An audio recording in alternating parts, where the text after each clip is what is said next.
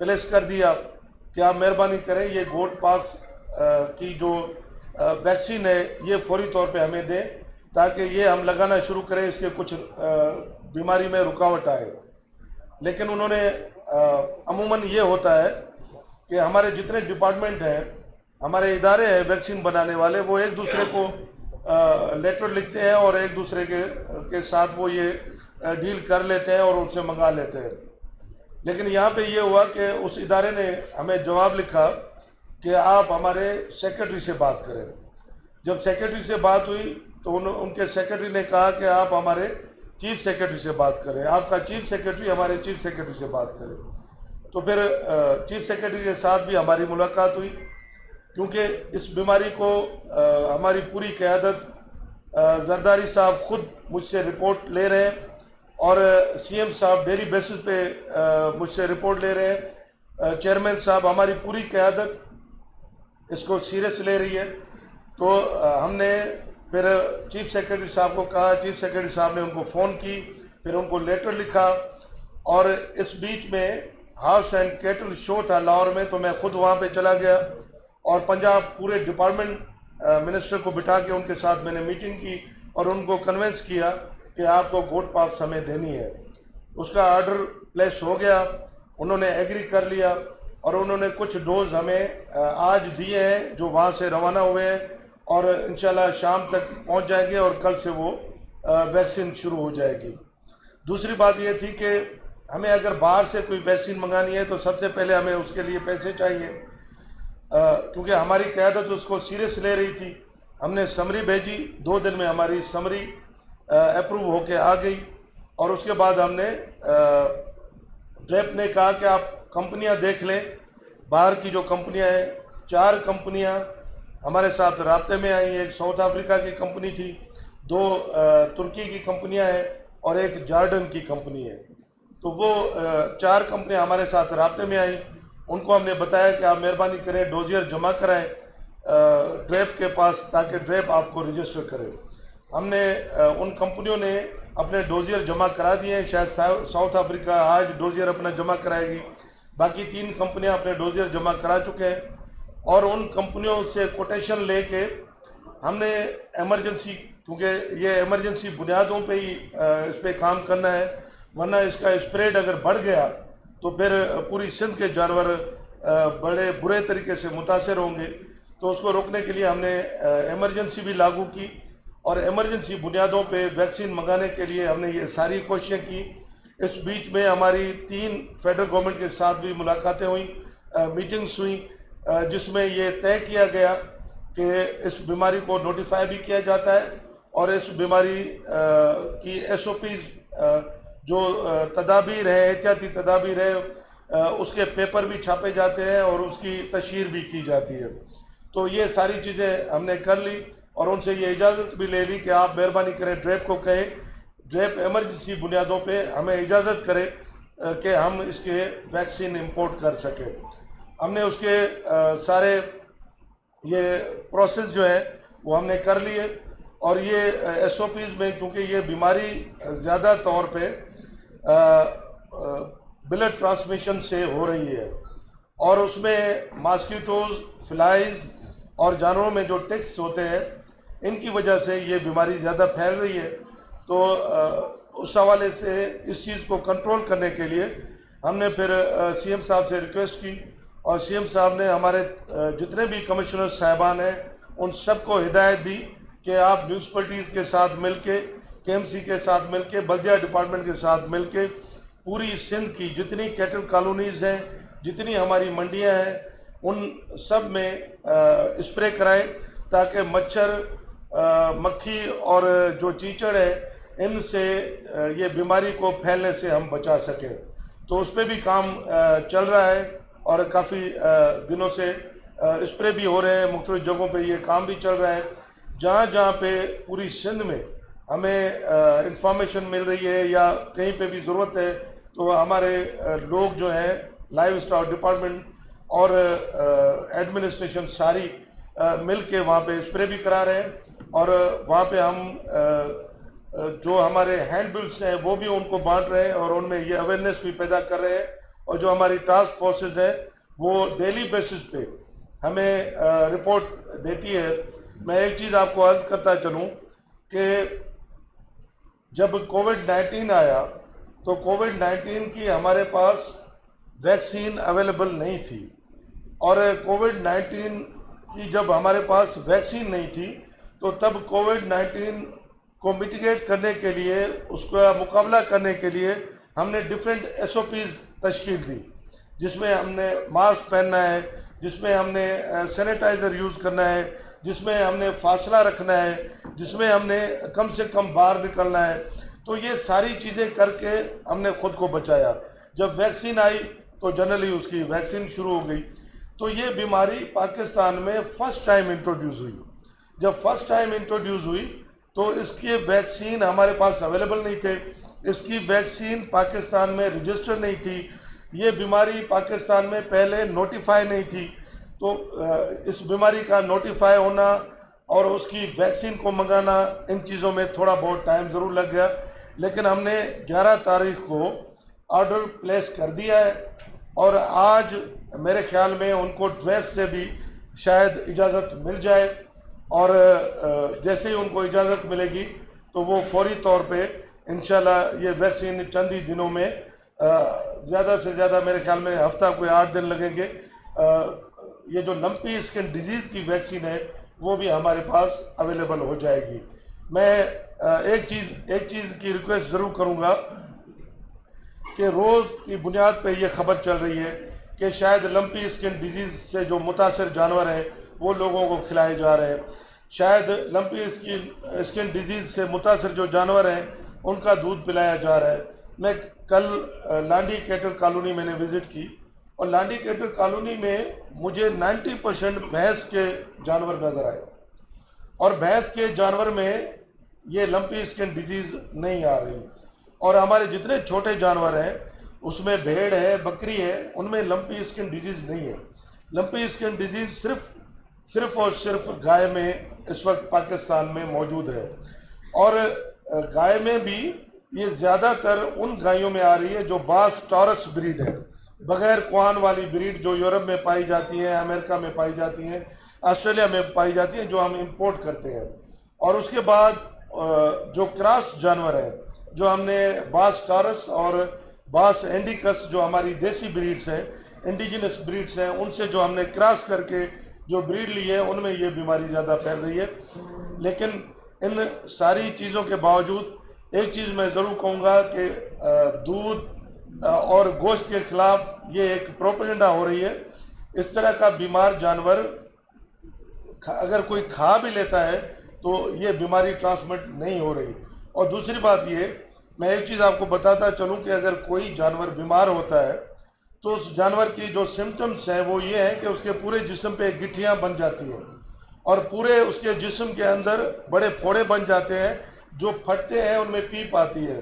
तो ये इस तरह का अगर कोई जानवर जब इसमें मुतासर होता है तो उस जानवर को भले काट लें, उसकी खाल उतार लें, अंदर उसके गोश्त में, स्किन में ये गिठियाँ मौजूद होती हैं, तो कोई इंसान मेरे ख्याल में ये गिठियाँ देख के वो गोश्त खरीद नहीं सकता, और ऐसा गोश्त मार्केट में रखा ही नहीं जा सकता। तो ये एक प्रोपेगेंडा है, ऐसा और कुछ भी नहीं है। और दूध भी क्योंकि ये जानवर, इनको बहुत ज़्यादा टेम्परेचर होता है और ये जानवर खुद परेशान होते हैं। जब जानवर खाना बंद कर देता है तो जानवर को अपनी जान के लाले पड़े होते हैं, तो वो दूध कहाँ से देगा, तो उनका दूध भी नहीं आ रहा होता, और वो जानवर कहीं काट के बेचने के काबिल भी नहीं रहते।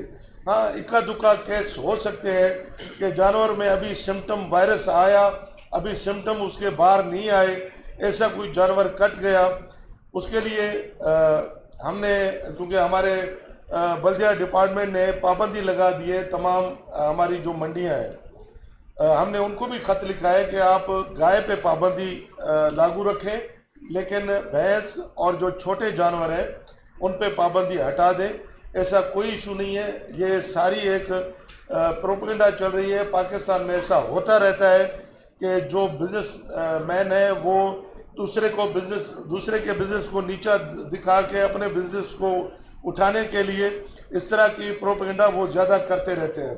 तो इस हवाले से मैं तमाम सहाफ़ी भाइयों को, तमाम प्रेस वालों को, तमाम चैनल्स को ये रिक्वेस्ट करता हूँ कि मेहरबानी करें, इस तरह की जो प्रोपेगेंडा है उसको आप लोगों की जिम्मेदारी बनती है कि आप अपने चैनल्स में, अपने अखबारों में इस चीज़ को क्लियर करें, ताकि लोगों में एक जो परेशानी वाली सूरत हाल है, एक हिजान वाली जो सूरत हाल बन गई है, उससे हमारे लोग निकल सकें।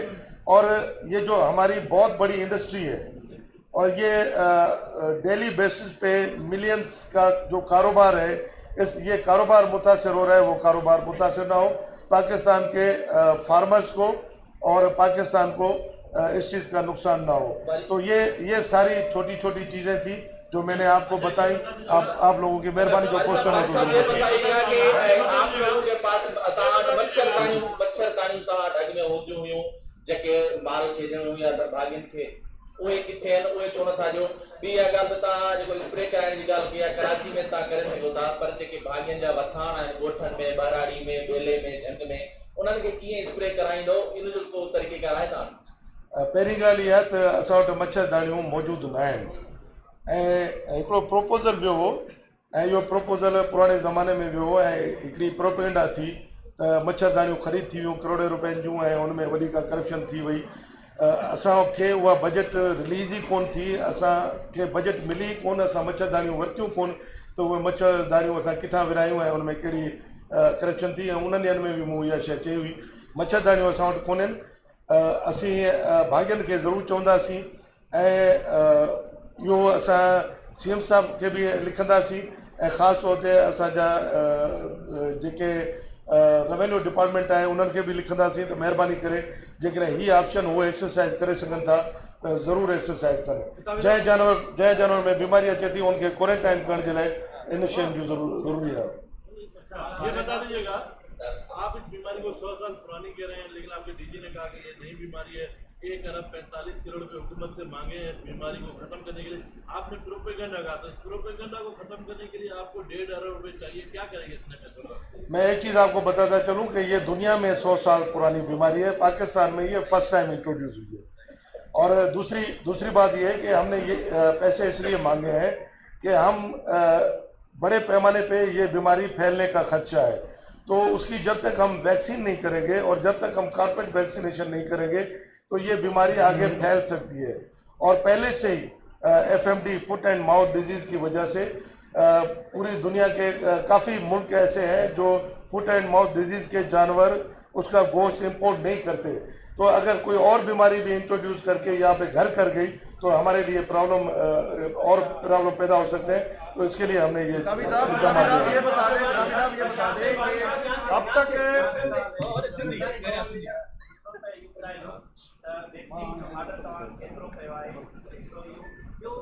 लोकल गवर्नमेंट सीरियस न पियो वठे, मेन कंपोनेंट जो आहे मच्छर मार स्प्रे, मच्छर मार थी तो वो तव्हांखे स्प्रे करण जी भाॻियुनि सां बि ॻाल्हि कोन थी। 38 ज़िले में सभ खां वधीक जानवर हुआ आहे, 46 जानवर ॿुधायो उते भाॻिया चवनि था त असांजे मकाननि ते आहे ई कोन्हे ऐं न ई कोई स्प्रे थियो आहे। कराची में साॻी सूरत हाल आहे, जयपुर में बि वधीक हुओ आहे। इन्हनि इलाइक़नि में लोकल गवर्नमेंट त भरती न आहे त उन्हनि सां तव्हां ॻाल्हि कई आहे या तव्हां शिकायत कई आहे? ॿियो इहो ॿुधाइजो त केतिरो डोज़ जेको आहे तव्हां घुराए रहिया आहियो?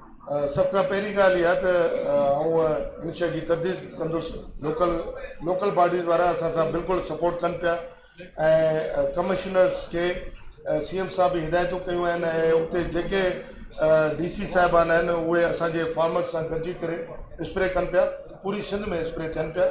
ऐं सूरत हाल इहा आहे त जिते जिते असांजा फार्म्स आहिनि असां उते वञी करे स्प्रे करायूं पिया ऐं इहो स्प्रे आउं पाण कल्ह लाडी कैट कॉलोनी में थींदो ॾिसी आयो आहियां ऐं इहो स्प्रे मुख़्तलिफ़ जॻहियुनि ते थिए पियो। असांजियूं WhatsApp ते ग्रुप्स आहिनि ऐं उते जेके स्प्रे थियनि था उहे उन ते असां वटि अचनि था पिया, उनजी डेली बेसिस ते असां डिस्ट्रिक्ट वाइज़ रिपोर्ट बि घुरायूं था।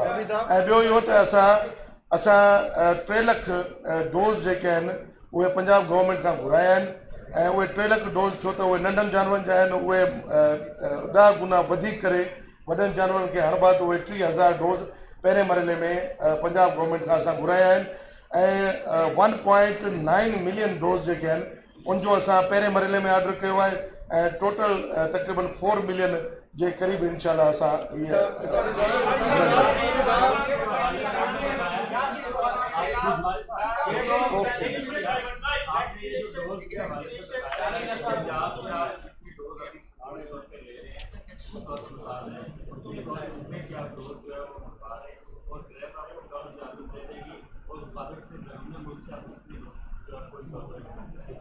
बताइएगा कि वैक्सीनेशन का अमल कल कब से शुरू कर रहे हैं और ये फ्री होगा कितने वैक्सीनेशन सेंटर बनाएंगे या डोर टू डोर जाके आप वैक्सीनेशन करेंगे और जितना मुसाफिर के जाने के लिए क्या प्रावधान? देखिए, इसमें जो हमने पंजाब गवर्नमेंट को ऑर्डर प्लेस किया है गोट पाल्स का, वो 3 लाख डोजेज हैं गोट पाल्स के।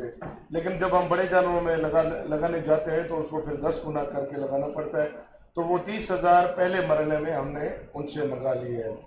ये ऐसा ऐसा जैसे वो बनाते जाएंगे वो आते जाएंगे।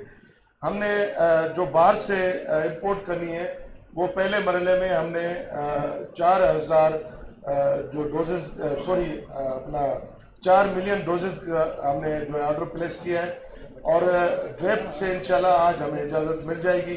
तो ये हफ्ते 8 दिन के अंदर अंदर हमारे पास ये डोजेज अवेलेबल होंगी। मैं एक चीज़ आपको बताता चलूँ कि हमारे जो डायरेक्टर्स हैं, हमारे डिप्टी डायरेक्टर्स हैं, गोट पाल्स की वैक्सीन उन्होंने पहले भी थोड़ी बहुत मंगाई हुई थी, उसके हमने वैक्सीनेशन शुरू कर दिए और कल से इंशाल्लाह गोट पाल्स की हमारी वैक्सीन शुरू हो जाएगी। वो क्या था? सवाल ये था कि वैक्सीनेशन आपने बता दें कि आप जिनका नुकसान है उसके जाने के लिए क्या करेंगे? देखिए, उसमें हम सारी डेटा कलेक्ट कर रहे हैं और ये डेटा कलेक्ट करके हम सीएम साहब को देंगे और जो हमारे कंसर्न डिपार्टमेंट है वो फिर इस पर फैसला अच्छा, ये बता दें एक्सपोर्ट कितनी मुतासिर हुई? जो आपके पास इस वक्त क्या इतलात है कि ये जो जानवरों की बीमारी है, दूसरा ये कि जानवरों की माइग्रेशन भी होती है, जैसा दरबार करके अगर कहा आया वो जानवर यहाँ आ गया और यहाँ उनसे आत्मचोरी हो गई, रोड पे लग गई। ये बताएं कि ये किन इलाज को तक है और लखन मकानी को रोकने के लिए क्या है? और एसओपीज का अमल कैसे होगा सर, ये भी क्वारंटाइन करना अच्छा, उसमें मैं एक चीज़ आपको बताता चलूँ कि हमारी कोशिश ये थी कि फार्मर्स का नुकसान ना हो।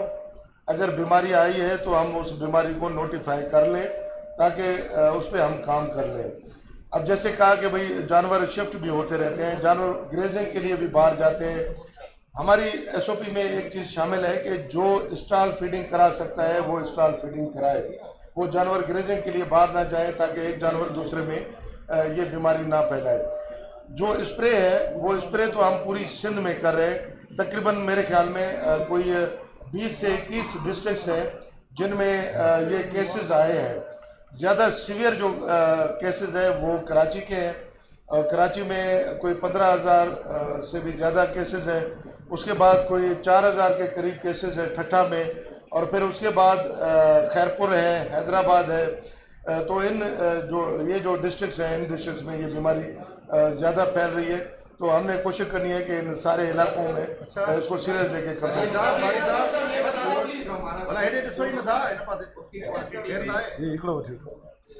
क्वांटिटी में कितना फर्क आया है जो गोश्त हम एक्सपोर्ट करते हैं? दूसरी चीज मुझे ये बता दें, जबकि बीमारी आई थी कई लोगों के अंदर भी फिटनेस नहीं है, लोग एतमाद नहीं कर पा रहे। फौरी तौर पर आप लोग क्या ये नहीं कर सकते कि स्लॉटर हाउस बंद कर दिए जाए, फौरी तौर पर कुछ दिन के लिए पाबंदी लगा दी जाए? ऐसी कुछ सूरत जनरेट हो रही है। दूसरा, कुछ स्लॉटर हाउस सील भी हो रहे हैं क्योंकि इलीगल तो बहुत सारे हैं, लीगल तो हमारे पास 2 slaughter house, illegal slaughter house भी बंद हुए। मैं आपको जी जवाब दो, मुझे अलग जवाब। देखिए, इसमें एक चीज़ मैं आपको बताता चलूँ कि स्लॉटर हाउस बंद तो कर दिए गए हैं लेकिन बंद नहीं होने चाहिए। उसकी वजह ये है कि वहाँ पे जानवर, छोटे जानवर भी स्लॉटर होते हैं, बकरी भी स्लॉटर होती है, अपना भेड़ भी स्लॉटर होती है, वहाँ पे भैंस भी स्लॉटर होती है। ये बीमारी सिर्फ गाय में है और मंडियाँ भी हमारे बल्दिया डिपार्टमेंट ने फौरी तौर पे बंद कर दी। हमने उनको लेटर लिखा है कि मंडियाँ खुली चाहिए, वहाँ पे गाय जो है वो नहीं आनी चाहिए, बाकी भैंस, भेड़, उसमें बकरी, ये सारी चीज़ें आनी चाहिए। देखिए, हम जिन जानवरों में पहले बीमारी नहीं पाई गई। आप चले जाएं कैटल कॉलोनीज में, कैटल कॉलोनी में 80 से 90% वहाँ पे भैंस है, और जो 10% से 20% जो वहाँ पे गाय है, सिर्फ उस गाय में बीमारी आई है, साथ खड़ी भैंस में नहीं आई। भैंस के साथ भैंस खड़ी हुई है, वो एक दूसरे के साथ लग के खड़े हुए हैं और बड़ी डेंसिटी में खड़ी हुई है वहाँ पे, लेकिन उनमें ये बीमारी नहीं आई। तो इसका मकसद ये है कि उनमें ये बीमारी नहीं आ रही और उनमें जो इम्यून सिस्टम है उनका बेहतर है। तो ये जो हमारी एक्सपोर्ट है उस पर असर इस चीज़ का ज़रूर पड़ेगा। लेकिन मैं एक चीज़ आपको ज़रूर कहूँगा कि हमें एकदम प्रेशर में आके सारी चीज़ें बंद करने के बजाय, क्योंकि ये बीमारी दुनिया में 100 साल से मौजूद है, तो इस बीमारी पे बड़ी स्टडी आई हुई है, तो उस स्टडी को जहन में रखते हुए हमें अपनी पॉलिसियाँ जोड़नी चाहिए और उस पॉलिसी को मद्देनजर रखते हुए, क्योंकि बल्दिया डिपार्टमेंट टेक्निकली इन चीज़ों को नहीं जानता, तो उन्होंने फौरी तौर पे एक नोटिस निकाला और वो नोटिस भी उन्होंने हमसे पूछ के निकाला। लेकिन जब हमने पूरी स्टडी सामने रखी है तो ये अभी मेरे ख्याल में गाय के अलावा सब कुछ भाई साहब ये बता दें, माशाल्लाह 3 माह बकौल आपके कि नवंबर में ये बीमारी आई है, 3 माह में कितना नुकसान हो चुका, और अगर ये डेटा आपके पास नहीं है तो क्यों नहीं है? हर जगह आपका छोटे बड़े गांव देहात में आपके डिपार्टमेंट्स मौजूद हैं, आपके अमला मौजूद है, एक तो डेटा बताएं कितना नुकसान हो चुका है। उसके अलावा सिंध हुकूमत ने फौरी तौर पर जो आपने समरी का जिक्र किया, कितने पैसे मुख्तस किए, आपके पास कितने पैसे आए और कितने इस्तेमाल होंगे? ऐसे तो नहीं होगा कि दिल्ली दल के पैसों की तरह जो है वो फिर लग्जरी गाड़ियां खरीदी जाएंगी। देखिए, इसमें आपने पहला सवाल ये किया कि कितना नुकसान हुआ। अब तक पूरी सिंध में जो जानवर एक्सपायर हुए हैं वो 162, कल की रिपोर्ट के मुताबिक, आज की रिपोर्ट शाम आएगी, 162 जानवर जो है वो उसमें एक्सपायर हुए हैं। इस वक्त तक जो जानवर टोटली हमारे पास जो केसेस आए हैं वो 24,948 हमारे पास टोटल केसेस आए हैं। आज के दिन बल्कि कल के दिन जो हमारे पास टोटल नए केस आए हैं वो 766 टोटल नए केसेस हैं, और इसमें जो रिकवरी आई है, जो जानवर रिकवर हुए हैं वो 8,491 जानवर जो हैं वो रिकवर हो चुके हैं। और इस हवाले से मैं एक चीज़ आपको अर्ज़ करता चलूँ कि इसमें हमने कोई गाड़ी नहीं रखी, इसमें हमने कोई ऐसी चीज़ नहीं रखी, हमने सीधा इसमें वैक्सीन रखी है जो हमने इंपोर्ट करनी है, और उसके साथ साथ हमने एक चीज़ और रखी है, वो ये कि हम कैपेबल हैं। हमारा इदारा, हमारा Sindh Institute of Animal Health, एक इदारा जिसके डीजी नज़ीर कलोड़ो साहब है, एक इदारा 70 के करीब डिफरेंट किस्म के वैक्सीन बना रहा है। हम कैपेबल हैं, हम कोशिश कर रहे हैं, अभी हम सैंपल कलेक्ट कर रहे हैं, हम कोशिश कर रहे हैं कि हम खुद इसकी वैक्सीन आगे चल के बनाएं, लेकिन उसके लिए कुछ इक्विपमेंट्स की ज़रूरत है, वो इक्विपमेंट्स हम उसमें इंपोर्ट करेंगे। ये चीज़ें हमने रखी है, लेकिन ये थोड़ी है, ज़्यादा हम वैक्सीन नहीं जा रहे हैं। बजट कितना मिला है सर? बजट कितना मिला है? बजट कितना मिला है सर? ये बजट हमें 1.43 आधी मिली। और इस वक्त जो बजट हमें रिलीज हुई है वो 50% रिलीज हुई है, और ये यूटिलाइज करके फिर दूसरी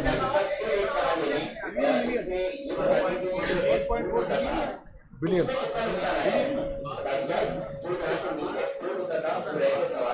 उसमें कितना नुकसान आया है।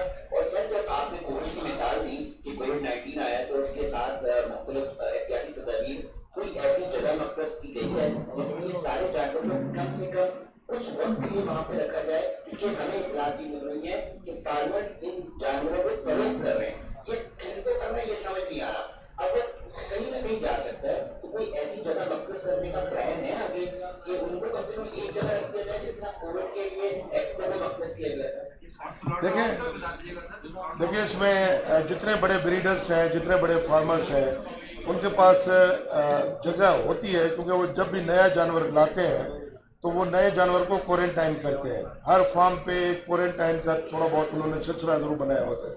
ये जितने जानवर हैं इनको हम क्वारंटाइन करा रहे हैं, और सारे जानवर को एक जगह पे इकट्ठा करना, सारे जानवरों को ट्रांसपोर्ट करना, ये तो फिर पूरी सिंध में से हमें जानवर ट्रांसपोर्ट करने पड़ेंगे, फिर ये पूरी एक जगह से हम पूरी जगह को हर जगह पे ये वायरस जो है वो फैला देंगे, तो ये नहीं हो सकता। जानवरों को एक जगह पे इकट्ठा करना, अब ये 24,000 जानवरों को एक जगह पे इकट्ठा करना ये मुमकिन नहीं है।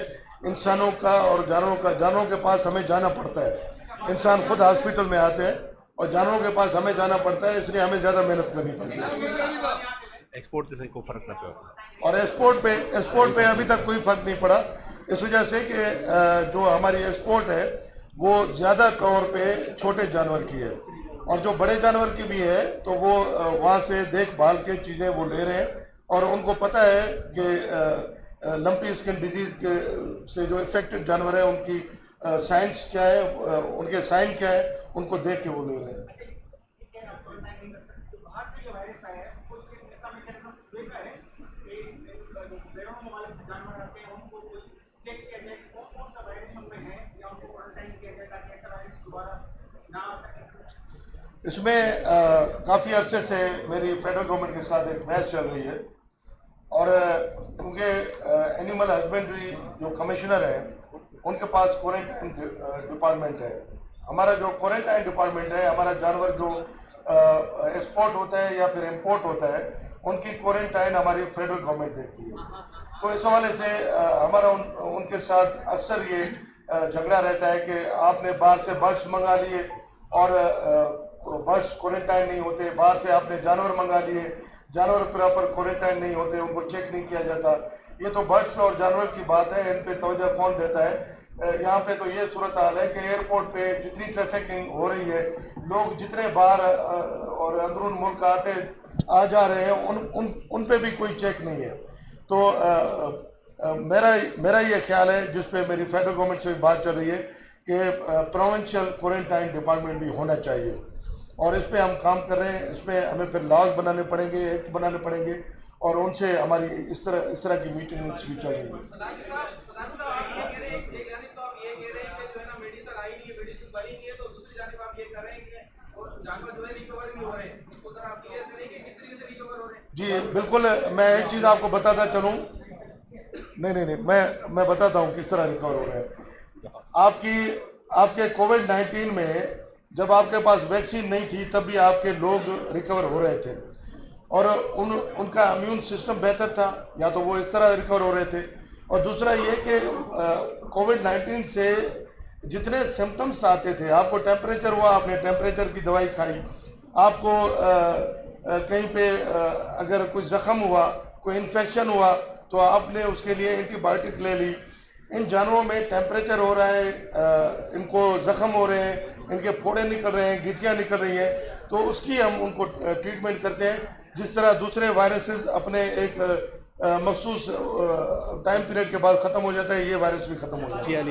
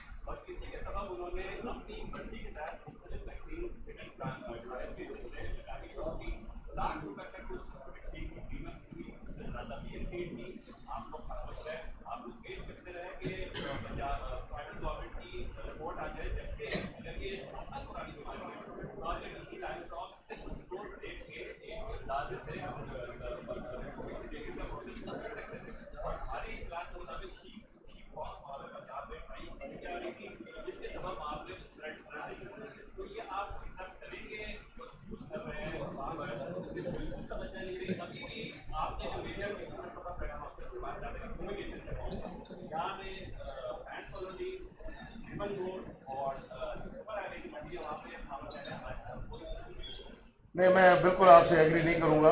हम नवंबर से लेके इन सारी चीज़ों को मॉनिटर कर रहे हैं। जहाँ जहाँ पे ये रिपोर्ट हुई है, हमने उनको बताया कि आप एंटीबायोटिक, एंटी इन्फ्लेमेटरी जो मेडिसिन हैं वो यूज़ करें, और टेम्परेचर की वैक्सीन जो मेडिसिन है वो यूज़ करें। और दूसरी बात ये कि मेरा अख्तियार ही नहीं है, मैं उसको नोटिफाई नहीं कर सकता, मैं उसको मीडिया पे नहीं ला सकता, मैं उस वैक्सीन इंपोर्ट नहीं कर सकता।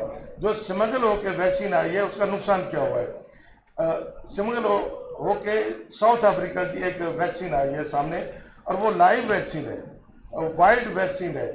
ये वाइल्ड वैक्सीन जिसको माइल्ड नहीं किया गया, वो इन्होंने जब लगाई है तो उससे एकदम स्प्रेड बढ़ा है। जिस जानवर में ऑलरेडी ये वायरस मौजूद था, उसमें जब आपने वाइल्ड वैक्सीन इंजेक्ट की तो उसकी बीमारी और ज़्यादा बढ़ गई, जिससे और ज़्यादा ये वायरस फैलने लगा। उसका ये नुकसान हुआ। जिस नुकसान की वजह से देखें, सबसे ज़्यादा जो स्प्रेड है वो कराची में है, और कराची के जो बड़े बड़े फार्मर थे, उन्होंने बाहर से किसी न किसी तरीके से वो वैक्सीन उनको अवेलेबल हो गई। फिर अगेन मैं ये कहूँगा कि ये फेडरल गवर्नमेंट का फेल्यूर है कि ये स्मगल क्यों हुई, और ये स्मगल नहीं होनी चाहिए थी, जिसकी वजह से ये बीमारी और ज़्यादा फैली, और इन्हीं इलाकों में ज़्यादा बीमारी ये फैली है जहाँ पे ये वैक्सीन बगैर किसी एहतियाती तदाबीर के इस्तेमाल की गई। मेरा सवाल ये है कि बारी प्रताप साहब, मेरा सवाल ये है कि वज़ीर आज़म इमरान खान ने कहा है कि ये जानवर न्यूट्रल होते हैं, क्या ये जानवरों को भी ये बीमारी लगती है? देखिए, मैं यहाँ पे जब पॉलिटिक्स की बात करूँगा और उस पर जवाब दूंगा तो फिर ये लंपी स्किन वाला जो इशू है ये एक तरफ रह जाएगा। वो पूरे मुल्क में मेरे ख्याल में ज़्यादा गर्म इशू है, तो मेरे ख्याल में हम लंपी स्किन डिजीज़ के इशू पे ही रहें और लोगों को ज़्यादा से ज़्यादा इसके मुतालिक हम बता सकें तो खत्म जो है। सवाल ये है कि गोश्त की डिमांड बढ़ गई है, लेकिन बस कहा जा रहा है कि बकरा हो गया या फिर दीगर मवेशी हो गया, वो एक्सपोर्ट भी किया है बनिस्बत इसके कि मुल्की ज़रूरियात को पूरा किया जाए। तो एक्सपोर्ट को रोकने के लिए क्या किया जाए, क्योंकि मुल्की ज़रूरियात तो पूरी नहीं हो पा रही। बकरे का गोश्त जो है वो सरकारी कीमत ₹17 और इस वक्त जो है वो मजीद महंगा होकर ₹1600 फी किलो पर पहुँच गया। नहीं, देखें, ये जब इस तरह की अफवाहें ज़्यादा फैलती हैं तो फिर मुनाफाखोर लोग बीच में आ जाते हैं, वो अपने तरीके से करते हैं, और हमारे पास छोटे जानवर बहुत ज़्यादा हैं। अगर ये एक्सपोर्ट भी होते रहे तो कोई फ़र्क नहीं पड़ता, और हमारे मुल्क की ज़रूरियात जो है वो पूरी हो रही है।